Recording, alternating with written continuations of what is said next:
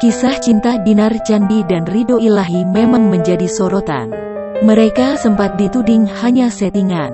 Namun seiring berjalannya waktu, Dinar Candi dan Ridho Ilahi mampu membuktikan kemurnian cinta mereka. Keduanya pun kerap memamerkan kemesraan di media sosial. Salah satu nyinyiran yang dialamatkan kepada Dinar dan Ridho adalah soal gaya pacaran. Menanggapi hal tersebut, Dinar memilih santai. Dinar juga menanggapi foto preweddingnya yang dinilai vulgar. Pada momen itu Ridho juga membeberkan respons dari keluarga. Ridho mengaku ibunya santai lantaran sudah tahu tujuan hubungannya. Mungkin karena nyokap udah tahu pacaran kita arahnya kemana jadi enggak peduli gitu sama omongan netizen.